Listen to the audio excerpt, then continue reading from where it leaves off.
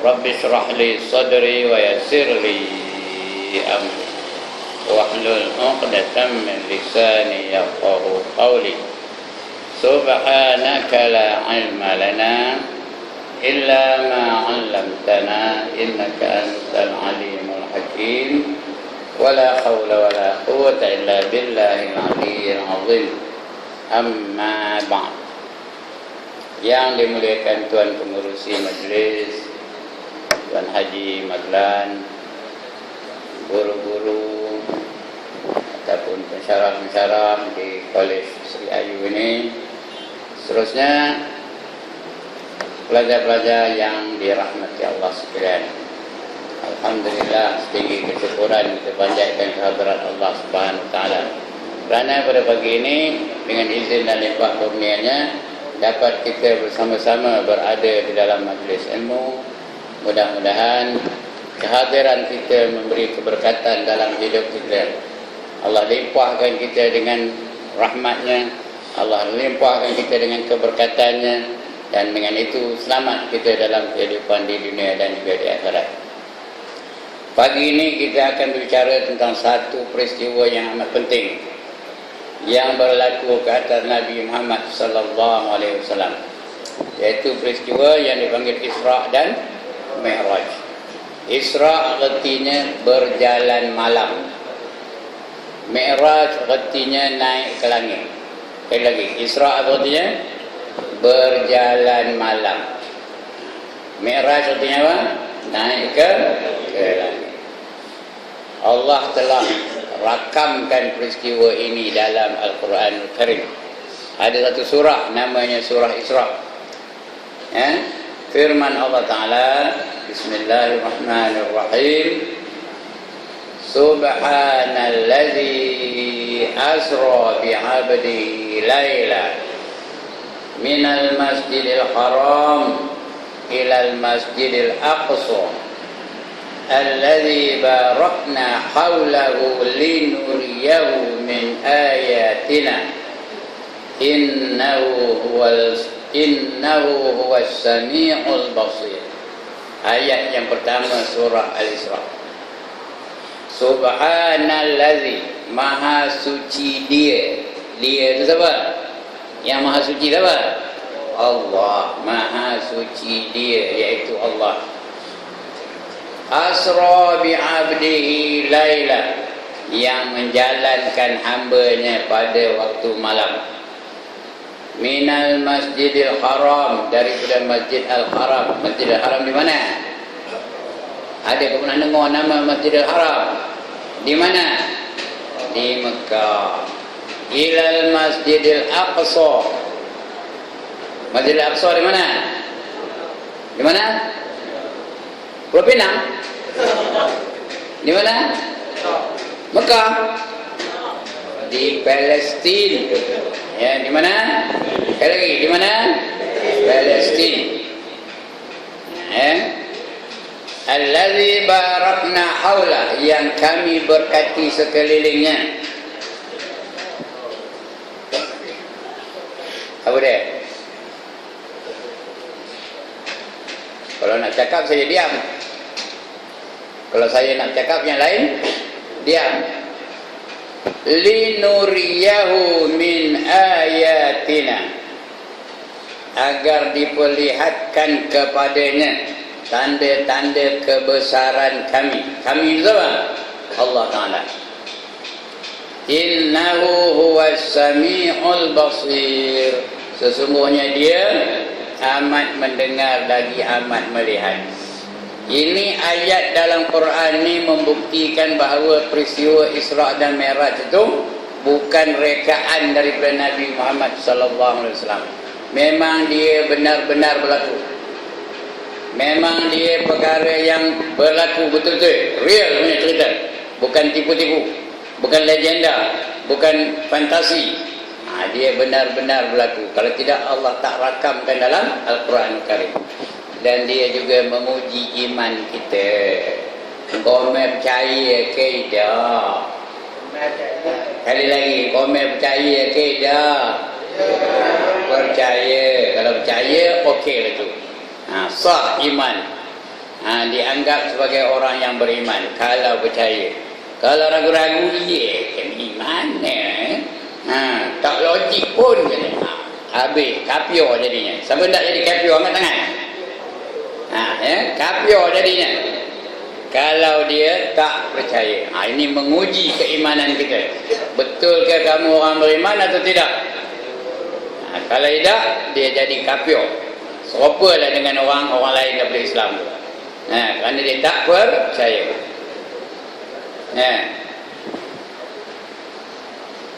Perkara ini berlaku pada malam 27 hari bulan Rajab, 1 tahun sebelum baginda berhijrah dari Mekah ke Madinah.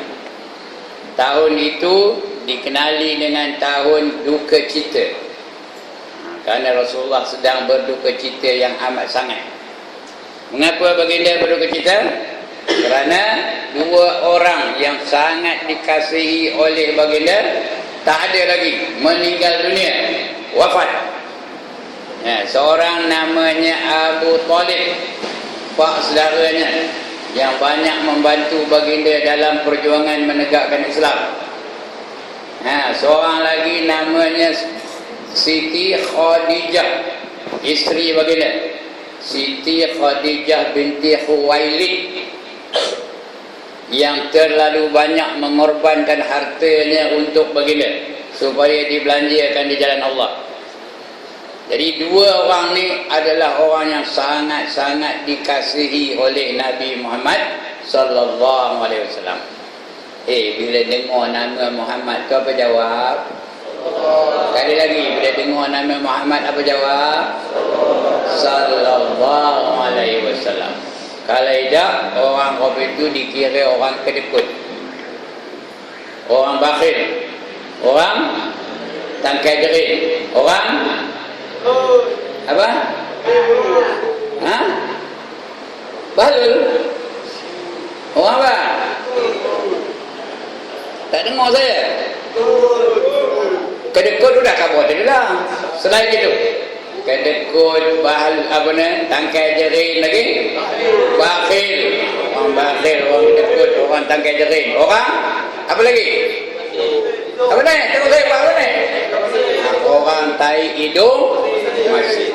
Jadi kalau sebut je nama Muhammad, jawab apa? Sallallahu alaihi wasallam. Sekali lagi, Muhammad. Ini bagi latihan, latih tubi bagi Muhammad sallallahu alaihi wasallam. Kalau tidak, dia jadi orang kedekut, kata Nabi. Jadi itu dia berlaku pada 27 hari bulan Rajab. Masa itu Nabi tengah berbaring-baringan, belum tidur lagi, baru baring.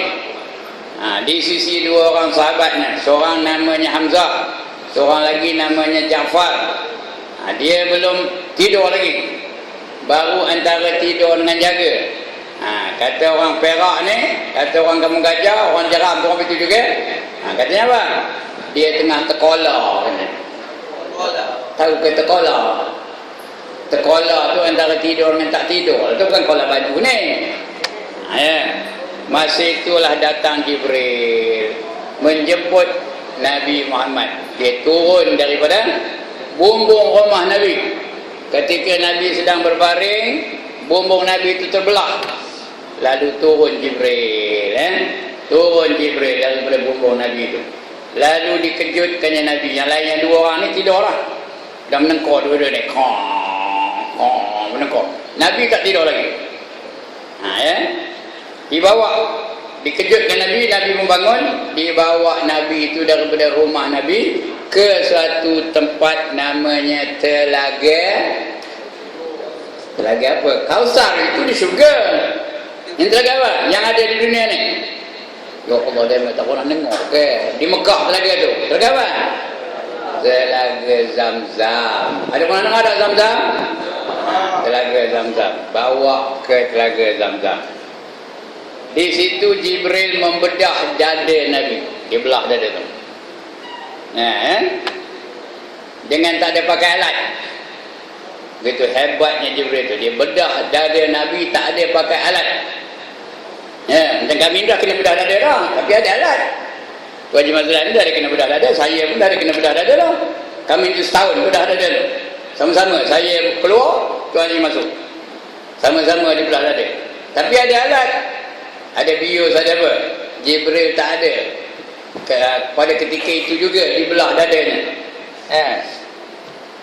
Sehingga dibasuh dadanya tu dengan air Zam-Zam tu.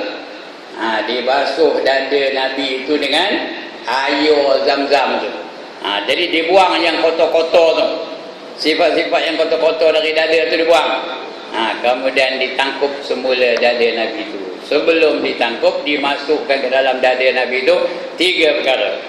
Dimasukkan ilmu, dimasukkan iman, dimasukkan hikmah. Lepas itu baru ditangkup dada Nabi itu. Sudah ditangkup dada Nabi itu balik, dibawa Nabi itu berekspedisi. Tahu apa ekspedisi? Kalau tak pernah dengar kena ekspedisi. Apa katanya? Dibawa berjalan, mengembara. Kenapa? Untuk menghiburkan Nabi itu. Kerana Nabi dalam keadaan apa? Tadi dah saya kabarkan, Nabi dalam keadaan apa? Sangat berduka cita. Jadi nak hiburkan Nabi itu, dibawa dia berjalan, mengembara. Naik apa? Naik Protosaka? Naik Jaguar? Naik apa? Naik buruk. Bukan borok ya, buruk. Jangan sebut borok, borok lain. Borok apa?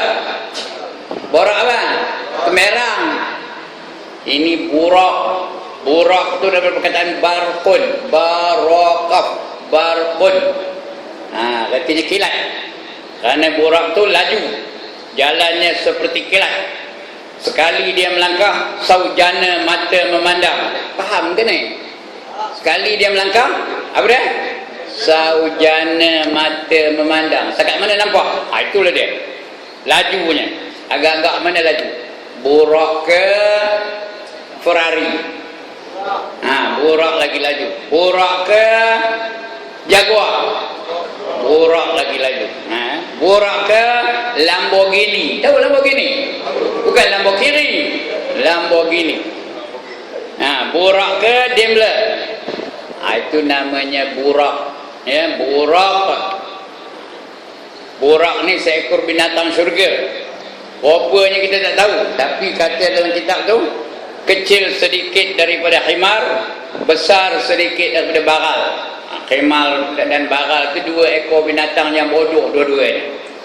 Tapi buruk tu bukan bodoh, nak kaburkan dia, ada kontras, ada apa perbandingan yang berbeza. Buruk tu binatang yang cerdik, sedangkan himar binatang yang bingung.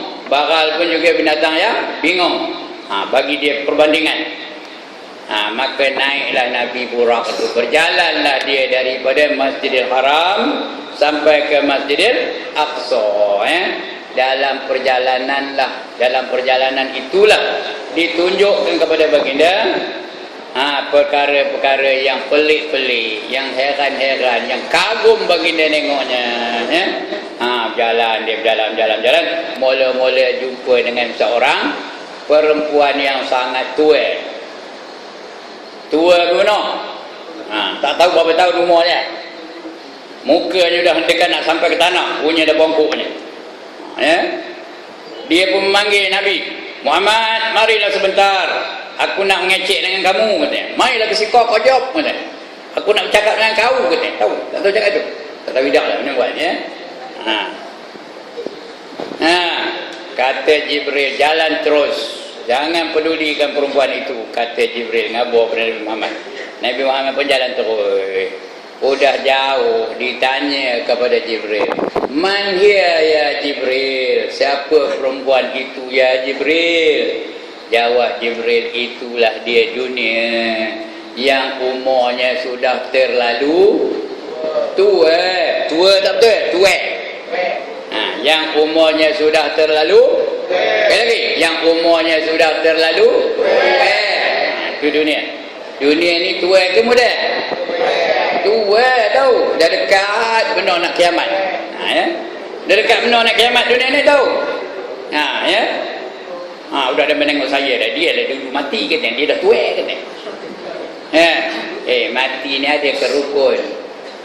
Ada rukun ke mati?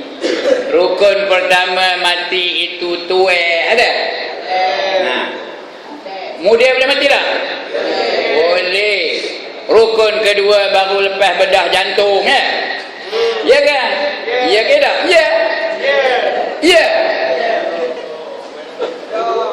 Ya ke tak? Mati mana ada rukun, ya? When your time comes, out you go. Dah terheran dia meh. Macam mana ustaz dia cakap orang putih ni kena? Dia memang komen benar ke ustaz ni? Ya? Allah kata, "Qul innal mauta allazi tafirruna minhu fa innahu mulaqikum." Katakan bahawa mati yang kamu nak lari daripadanya itu pasti akan menemui kamu. Ya? Manusia ni kalau boleh janganlah mati. Ya ke dah? Siapa nak mati angkat tangan? Siapa tak nak? Ya, itu yang Allah kata, nak lari daripadanya itu. Sebab kita tak ada sengaja baring atas jalan raya, tak nak mati lah tu. Tak ada sengaja makan benda-benda yang beracun, pasal jangan mati lah tu. Itu yang boleh dia makan ubat dia. Pagi-pagi makan tonik lah, makan misang lebah lah, makan apa tu, supaya jangan mati lah tu. Tapi bila time kamu nak mati, matilah tu. Ya, itu dia. Maka dibawa dah jalan. Dunia ni dah tua benar. Tapi walaupun tua, dia macam perempuan tadilah. Walaupun dah tua benar, dia beregi. Tahu apa arti beregi? Allah tak tahu dia beregi. Apa arti beregi? Bergaya, make up beria benar. Umur dah tak berapa ratus tahun umurnya, make upnya beria benar. Berbedak sampai 4 kati bedak ni bukan tau. Lepas tu bubuh gincu pula tu, jeven gincunya tau. Lepas tu pakai pula bebek. Tahu kan bebek? Ya Allah, dia betul nak bebek. Apa bebek? Tak tahu. Ya Allah, belakangnya terbuka, depannya tutup, itu namanya bebek. Pakai pula kasut tumit tinggi. Jalannya apa? Ketik. Macam apa? Macam itik. Ada orang nama macam itik tak? Macam itik, pulang petang tiada, lan melenggang bibirnya merah. Ada orang dengar ni? Ada 5 mereka lagi. Kain tinggi sebelah, betisnya membayang. Itu dia Nona Seri Ayu. Contoh aja ni. Ya, orang ingat dia muda, padahal yang sebenarnya dia udah tua bebenar. Jadi dia ingat anak dara. Ya? Dia ingat anak dara, cantik pula tu, pakaian bergaya. Lepas tu dia pun tackle. Tahu ke tackle? Apa tackle? Tackle apa? Dia pun orat dapat. Bila dapat, kahwinlah dia mah. Dia ingat dia kahwin dengan anak dara, tapi rupanya dia kahwin dengan perempuan yang sangat tua. On his first wedding night. Faham kita mana? Itu English dapat berapa? 9, patutlah. On his first wedding night, the husband was looking forward towards seeing his beloved wife. He was very anxious. And soon after, the wife came into the room and locked the door from inside. The husband was very excited. Tahu bukan berarti ni? Tahu, okey. Malam pertama dia very excited. Then the wife put her fingers on her head and took out the hair and put the hair on the table. Udah. Apa yang cakap Ustaz? Mengapa begitu berlaku? Mengapa kau begitu? Apa arti tadi? Dia letak tangannya ke atas kepalanya, lepas tu dikeluarkannya rambutnya, lepas tu dia letakkan rambutnya atas meja. Boleh ke letak rambut atas meja? Boleh ke letak rambut atas meja? Kalau rambut palsu boleh lah. Rupanya perempuan tu pakai rambut palsu. Atas kepalanya hanya ada dua helai je rambutnya. Lepas tu dia ambilnya gigi, dia keluarkannya giginya tu, letak atas meja juga. Rupanya giginya ada berapa? 2 batang aja. Lepas tu dia menghadap suaminya dengan gigi yang tak ada tu, dia nyongnya, I love you my darling. Dia bilang, apa macam tertipu ke dah? Ya, tertipu ke dah? Tertipu lah tu, ya. Dia ingat model rupanya tua. Ini bukan saja nak bagi gelak ni, ini nak ngabur kepada kamu bahawa dunia ini sentiasa menipu daya. Itulah di dunia, kerja tak ada lain, hanya menipu daya. Allah pun sebut dalam Quran, wa mal hayatud dunya illa mata'ul ghurur. Dan tidak kehidupan di dunia melainkan mata benda yang menipu daya. Itulah dia dunia. Siapa kejar dunia, dia pasti akan tertipu. Pasti akan tertipu. Kerana lepas kehidupan ini ada lagi satu kehidupan. Di mana? Di mana? Ya Allah, dia tak tahu kan? Lepas kita hidup dalam dunia ni ada lagi satu kehidupan. Di mana? One more time. Di mana? Di akhirat. Sebut, di mana? Lepas hidup dalam dunia ni ada lagi satu kehidupan. Kehidupan mana? Di akhirat. Jadi di akhirat tu akan diambil kira besok. Everything will be accounted for. Tak ada satu pun yang tertinggal. Semua akan diambil kira. Jadi kalau kamu melakukan perkara-perkara yang tak senonoh di dunia ni, di akhirat esok kena jawab dah. Kena hukum dah. Itu sebab dia hidupkan balik. Tak ada dia matikan terus dia. Kalau mati terus, dia lepas gitu je lah. Tapi dia hidupkan balik. Besok akan ditayang semua. Sekarang dipersembahkan biodata. Siapa? Siapa nama dia mana? Ismail. Ada orang nama Ismail tak? Ada adik-adik tak lah. Sekarang dipersembahkan biodata Ismail. Kata, tunjuk ni gambar tu. Tengah ambil nombor ekor, tunjuknya. Tengah mencuri, ditunjuknya. Tengah tak semayang, ditunjuknya. Tengah nari, ditunjuknya. Semuanya akan ditunjuk besok. Faman ya'mal misqala dzarratin khairan yarah wa man ya'mal misqala dzarratin syarran yarah. Barang siapa membuat kebajikan akan diperlihatkan kebajikannya itu, dan barang siapa membuat kejahatan juga akan diperlihatkan kejahatannya itu. Ini yang pertama, nampak orang tua macam belagak macam orang muda. Itu yang pertama. Nanti berjalan lagi. Berjalan lagi Nabi itu jalan. Jumpa pula satu kaum. Satu kaum itu bukan seorang je, ramai. Satu kaum yang kerjanya ngempuk kepalanya dengan batu. Ambil batu besar, empuk kepalanya. Hancur kepala tu. Bersembur otaknya. Lepas tu elok balik. Ambil lagi batu, empuk lagi. Udah elok tu. Empuk, hancur balik, bersembur darahnya. Lepas tu elok balik, ambil lagi, elok balik, elok. Begitulah berturut-turut. Heran Nabi, ditanya Nabi, siapa mereka itu ya Jibril? Tanya Nabi. Jawab Jibril, itulah dia umat kamu dalam dunia dulu yang meninggalkan sembahyang fardu. Sekali lagi, siapa nak betul? Orang yang meninggalkan sembahyang fardu. Ada tak pernah tinggal sembahyang? Kalau ada esok, itu jadinya. Kepala tu hancur, elok balik. Hancur, elok balik. Kalau ada. Kalau ada apa nak buat untuk rectify ni, untuk membetulkan balik, jangan buat. Kalau dulu ada tinggal sembahyang, sekarang apa buat? Qada balik, ganti mana yang tertinggal dulu sebelum masuk dalam kubur. Ini bukan melawak ni Sebelum masuk dalam kubur, ganti balik.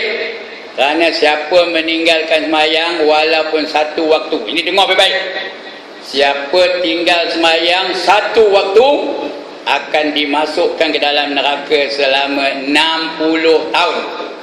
One more time, takut tak apa dengar.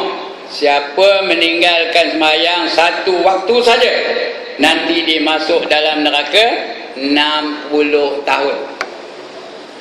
Ada tak pernah meninggalkan sembahyang? Tak pernah? Alhamdulillah. Kalau ada satu waktu berapa tahun? 60 tahun. 60 tahun tu akhirat, bukan dunia tau. Bukan dunia. 60 tahun akhirat. Dunia ni satu hari di akhirat bersamaan dengan 1000 tahun di dunia.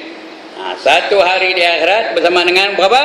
1000 tahun di dunia. Kalau 60 tahun berapa? Kalau 60 tahun akhirat berapa? Berapa tahun? 60 tahun akhirat. Berapa tahun dunia? 60 kali 1000 kali 365 tahun. 60 kali 1000 kali 365 tahun. Berapa? Udah tak tahu kiranya. Tak apalah, saya jawablah. 21.900.000 tahun. Berapa tahun?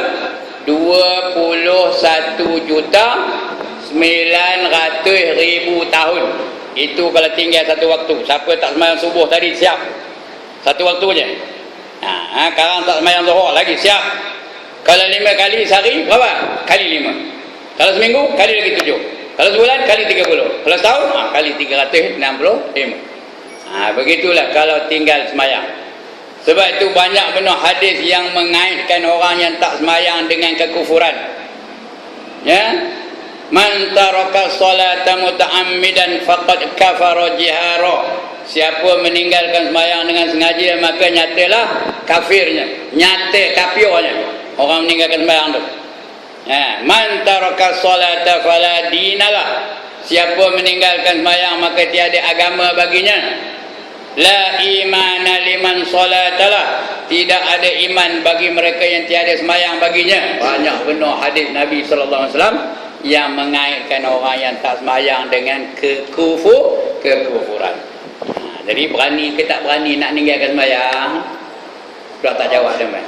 Berani ke tak berani nak meninggalkan sembahyang? Sekali lagi, berani ke tak berani nak meninggalkan sembahyang? Jangan berani, takut nanti masuk neraka. Orang yang tak sembahyang 5 waktu, dengar elok. Orang yang tak sembahyang 5 waktu tu nanti Tuhan bangkitkan di akhirat nanti rupanya seperti babi hitam. Siapa nak angkat tangan? Angkat tangan. I nak ke tangan. Rupa babi hitam dibangkitkan besok di akhirat. Merepang aja hidungnya. Hidungnya. Kemudian diikat kaki tangan tu dengan belenggu neraka. Rantai tu dari neraka diikat tu. Lepas tu dimasukkan rantai tu dalam mulut dia. Mulut babi tu. Dimasukkan dalam mulut tu, kemudian dikeluarkan ikut punggung. Lepas tu diikat biasa, diikat balik. Lepas tu diheret dari kubur sampai ke padang mahsyar. Lepas itu dimasukkan ke dalam neraka yang bernama Saqar. Neraka itu namanya apa? Saqar. Ma salakakum fi saqar, kata Allah dalam Quran. Apa yang menyebabkan kamu masuk dalam neraka Saqar? Qalu lam naku minal musallin. Mereka berkata kami terdiri daripada orang yang tak sembahyang. Kami ni tak sembahyang. Baik. Itu dia baru 28 minit insya-Allah.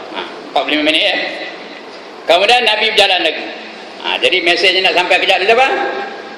Jangan tinggal sembahyang. Tadi mesejnya apa? Jangan terpesona dengan dunia. Yang kedua, jangan tinggal sembahyang. Kemudian Nabi berjalan sampailah ke Masjidil Aqsa. Ini nak ringkas-ringkas ni Udah 28 minit, dekat setengah jam, ada lagi 15 minit aja. Berjalan sampailah ke Masjidil Aqsa. Dia pun semayang bersama dengan rasul-rasul yang dahulu. Walaupun mereka itu dah tak ada, dah wafat, tapi ketika itu Allah hidupkan mereka balik. Semayang dia bersama dengan Nabi Ibrahim, bersama dengan Nabi Nuh, bersama dengan Nabi Idris, bersama dengan Nabi Isa, bersama dengan Nabi Nabi Adam dan sebagainya. Nabi Muhammad jadi imam, rasul-rasul yang dahulu jadi makmum. Lepas itu Nabi dibawa ke langit. Naik apa? Naik burak juga. Dengarlah tu. Dia dibawa ke langit. sampai langit yang pertama dia berjumpa dengan Nabi Adam. Ingat sekarang saya nak tanyakan ni. Langit yang kedua berjumpa dengan Nabi Isa dan Nabi Yahya. Langit ketiga berjumpa dengan Nabi Yusuf. Langit keempat berjumpa dengan Nabi Idris. Langit kelima berjumpa dengan Nabi Harun. Langit keenam berjumpa dengan Nabi Musa. Langit ketujuh berjumpa dengan Nabi Ibrahim. Ini nak tanya. Langit pertama jumpa dengan Nabi apa? Adam. Orang semua orang dapat jawab. Bagus betul. Pandai aku pada mana ya. Di langit yang kedua berjumpa dengan Nabi apa? Nabi apa? Dua orang berjumpa dengan Nabi Isa dan Yahya. Okey, very good. Di langit yang ketiga berjumpa dengan Nabi yang paling handsome, siapa? Nabi Yusuf. Langit yang keempat jumpa dengan Nabi Idris. Sebut Idris. Langit yang kelima berjumpa dengan Nabi Harun. Langit yang keenam berjumpa dengan Nabi orang putih manggil dia Moses. Nabi apa? Nabi Musa. Langit yang ketujuh berjumpa dengan Nabi tengok ni, Nabi siapa ni? Ibrahim, ya. Tengok, anda ada orang nama Ibrahim. Nama Nabi tu Nabi Rasul.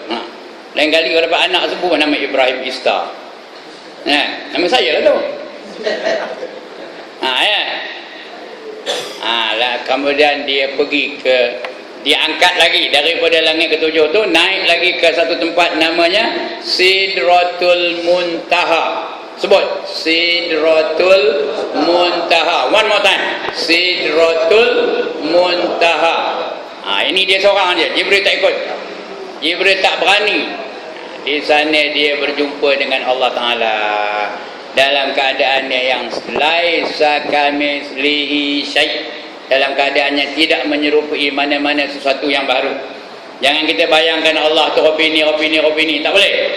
Jangan bayangkan Allah tu hijau ke biru ke merah ke putih ke hitam ke, tak ada. Jangan kita bayangkan Allah tu rupa patung, Allah tu rupa gajah, Allah tu rupa lembu, bukan.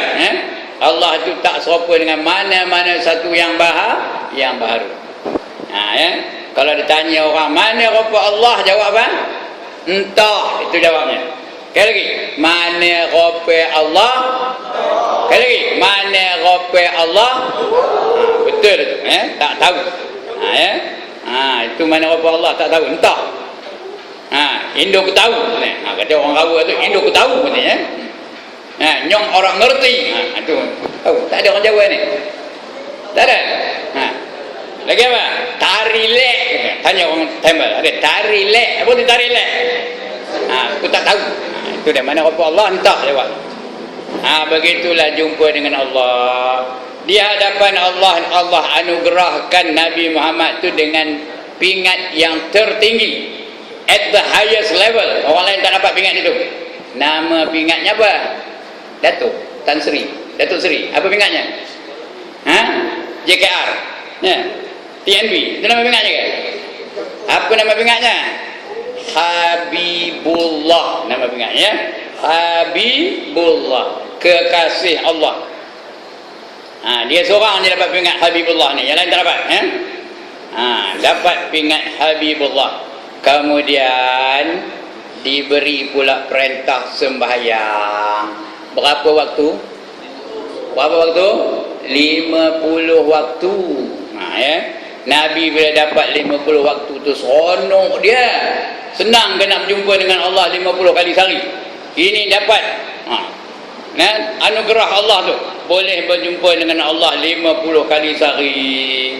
Dia tak tanya apa-apa pun, seronok dia. Kemudian dia pun turun daripada langit ketujuh pergi langit yang ke-6, langit ketujuh jumpa dengan Nabi Ibrahim. Nabi Ibrahim tak cakap apa-apa pun. Sampai langit ke-6 berjumpa dengan Nabi Musa.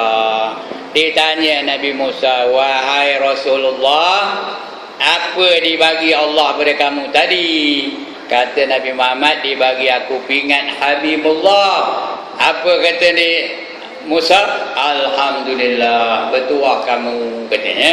Tak ada pula dia jealous. Dia Nabi, mana ada jelas-jelas. Lagi apa dia baginya kamu? Kata dia Nabi Muhammad, dia baginya aku perintah sembahyang sehari 50 waktu. Berapa Muhammad? Kata Nabi Musa, 50. Kata megah je dengan 50 tahun katanya. Megah je dia seronok. Kata Musa, Muhammad, umat kamu tu kemetut. Lagi apa? Kreput. Umat aku yang gagah-gagah pun tak lalu nak semayang 50 waktu sehari semalam. Ini kan pula umat kamu yang lemah-lemah, kemetut, berkedut. Lagi kreput tak lalu dah man. Ya ke dah? Ya ke dah anak-anak yang dirahmati Allah sekalian? Ya ke dah? Lalu ke semayang 50 waktu sehari semalam? Saya tengah ceramah ni berapa kali semayang dah agak? Berapa kali semayang dah? Kalau 50 waktu setiap 20 minit sekali semayang tau. Tengah ceramah tu orang kaya Allahu Akbar. Tengah ceramah ni boleh tahan lah. Kalau tengah main bola, kalau tengah main bola, gelecek. Tengok open goal, nak skor tu. Allahu Akbar. Tengah badan boleh? Boleh ke tak boleh? Sebab itu kata dia Musa, tak lalu umat kamu katanya. Naik balik, minta korang katanya. Nabi Muhammad pun naik, minta kepada Allah Ta'ala supaya dikurangkan. Dapat korang berapa? 5. Tinggal berapa? 45. Turun dia berapa mat? Kata dia Musa, 45 tahun. Kata sonok, Muhammad naik balik, tak lalu umat kamu lagi 45 tu. Kata Nabi Muhammad pun naik lagi, minta korang, dapat korang 5 lagi. Tinggal berapa? 40. Begitulah 9 kali turun naik. Sampailah kepada 5 waktu sehari semalam. Itu pun kata Nabi Musa, naik lagi. Kata Nabi Muhammad, minta maaf, aku dah malu nak jumpa dengan Allah. Dah 9 kali aku naik. Lagipun Allah dah janji, siapa semayang 5 waktu sehari semalam, dia seolah-olah semayang 50 waktu sehari semalam. Allah bagi 10 kali ganda ganjarannya tau. Ini dia. Kemudian turunlah Nabi Muhammad sampai ke Mekah. Ini dah habis cerita ni. Sampai ke Mekah. Di Mekah dia tengah menung, macam mana aku nak ngaburkan peristiwa ini kepada umat aku. Mereka takkan percaya ni katanya. Takkan percaya dia mah. Tengah dia menung-menung tu, datang Abu Jahal. Kenal ke siapa Abu Jahal? Abu Jahal ni pak saudara Nabi. Dia yang banyak menentang Nabi. Dia yang selalu apa? Yang selalu mengatakan Nabi ni pembohong, Nabi ni banyak dusta. Dipanggilnya Nabi itu Al-Kazib, orang yang banyak dusta. Sebelum itu Nabi terkenal dengan nama Al-Amin. Tapi bila dia mengaku aja jadi Rasul, dah gelar Al-Kazib. Ini Abu Jahal. Abu Jahal, ketua kaum Quraisy. Dia pun datang jumpa dengan Nabi. Muhammad, ada cerita baru ke pagi ni? Kata dia, nanya Muhammad. Kata Nabi Muhammad, ada. Apa cerita? Marilah sini biar aku cerita. Kata dia Nabi Muhammad. Dia pun datang dekat. Bila dia dekat, Nabi pun cerita, aku malam tadi naik burak daripada Mekah pergi ke Baitul Maqdis. Dari Baitul Maqdis aku naik ke langit, jumpa Nabi Adam. Macam saya ceritakan anak-anak pagi ni lah. Macam itulah. Abu Jahal nganggur. Tak ada di bangkang. Rupanya Abu Jahal ni, dia kalau one by one tak berani. Dia kalau ramai baru berani. Kalau one by one tak berani, dia nak mentang Nabi Muhammad. Apa kata dia? Maukah kamu aku panggil penduduk Mekah, biar mereka datang ramai-ramai, kamu ceritakan kepada mereka mana kamu ceritakan kepada aku. Kata Nabi Muhammad, panggil lah, biar aku ceritakan. Dipanggillah Abu Jahal kepada penduduk Mekah. Ramailah datang. Bila datang tu, Abu Jahal tu panggil Muhammad, cerita kepada mereka kata. Nabi Muhammad pun cerita, aku semalam pergi begini. Macam saya cerita pagi lah. Begini, cerita Nabi Muhammad. Lepas tu, orang yang dengar tu apa reaksi mereka? ada yang nopuk-nopuk kepala, ada yang nampur-nampur pipi, ada yang menari-nari, ada yang melompat-lompat. Tanda setuju ke tanda tak percaya? Sekali lagi, tanda setuju ke tanda tak percaya? Tanda tak percaya, kerana cerita itu tak logik bagi akal. Mana logiknya pergi sampai Baitul Maqdis tu, sampai itu boleh sebelum balik, sebelum 1 hari dah balik, sekat malam aja. Mana logiknya? Ya. Tak percaya. Mereka mengatakan Nabi Muhammad ni temerah. Lepas itu datang satu orang. Dia pergi jumpa dengan Nabi Muhammad, dia ke depan. Nabi Muhammad atas batu tu, dia naik atas batu tu, berhadapan dengan Muhammad.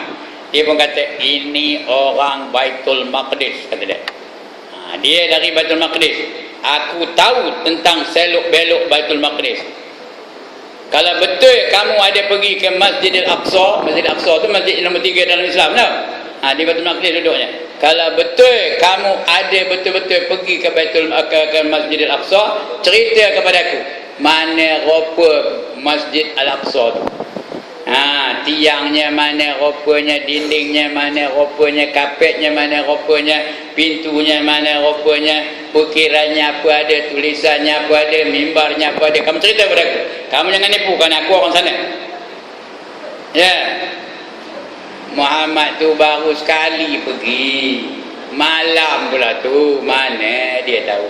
Kamu selalu tak naik ke dewan Selalu tak selalu?